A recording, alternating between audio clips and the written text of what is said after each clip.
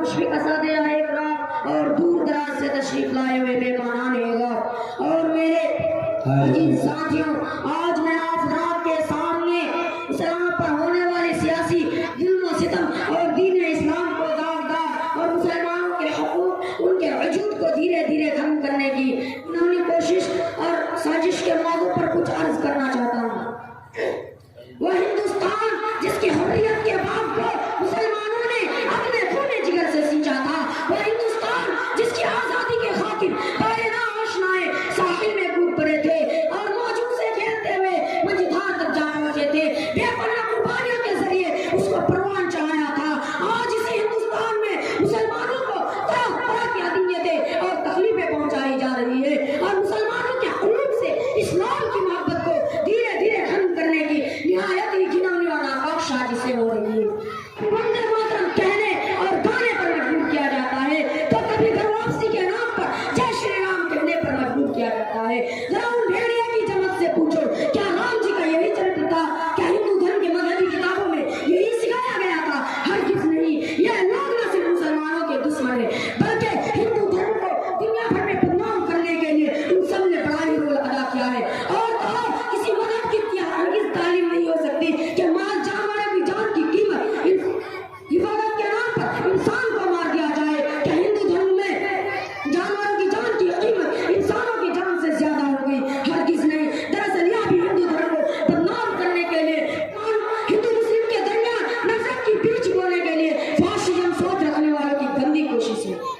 لیکن شاید ان کو معلوم نہیں کہ مسلمانوں کی جب تک سانسیں چلتی رہے گی اس وقت تک دین اسلام اور مدارس و مساجد پر کسی طرح کا آنچ نہ آنے دیں گے۔ کسی شاعر نے کیا ہی خوب کہا ہے، ہم تمہارے دھمکیوں سے خوف کھا سکتے ہیں، ہم تمہارے دھمکیوں سے خوف کھا سکتے نہیں، ظلم کے آگے ہم اپنا سر جھکا سکتے نہیں۔ برادران اسلام، اگر وطن ہماری جان مانگے تو جان دیں گے، اور اگر ہمارا مال مانگے تو مال دیں گے، اور وطن ہمارا تن من دھن مانگے تو سب کچھ دیں گے۔ لیکن یہ نہیں ہو سکتا کہ مسلمان نبی صلی اللہ علیہ وسلم کی چاہ جلا دے، یہ نہیں ہو سکتا کہ مسلمان آخرت کو چھوڑ کر دنیا کو ترجیح دے۔ آفراد کا وہ تاریخ یاد ہوگی جب انگریزوں کے خلاف انگریزوں کے ظلم ستم حد سے آگے بڑھی تو انہوں نے اسلامی قلعہ کو مسمار کر کے اس پر تثبیت عقیدے کی بنیاد کو رکھنا چاہا تو سب سے پہلے حضرت شاہ عبد العزیز میدان جہاد میں بے جھجک کود پڑے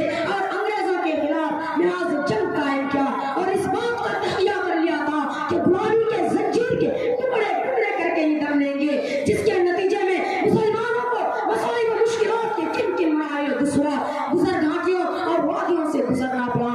وہ تاریخ کا ایک المناک باب ہے۔ برادران ملت، برادران اسلام، وہ ٹیپو سلطانی کی رات تھی جس نے یہ کہہ کر کہ گیدڑ کی 100 برس کی زندگی سے شیر کی ایک دن کی زندگی بہتر ہے، لوگوں کے رگے مردہ میں آزادی کی برق لہر دوڑا دی تھی اور خود بھی انگریزوں کے خلاف برسر پیکار رہے، یہاں تک کہ میسور کی دھرتی پر خون کا آخری قطرہ بھی آزادی کے خاطر کھا کر شہید ہو گئے۔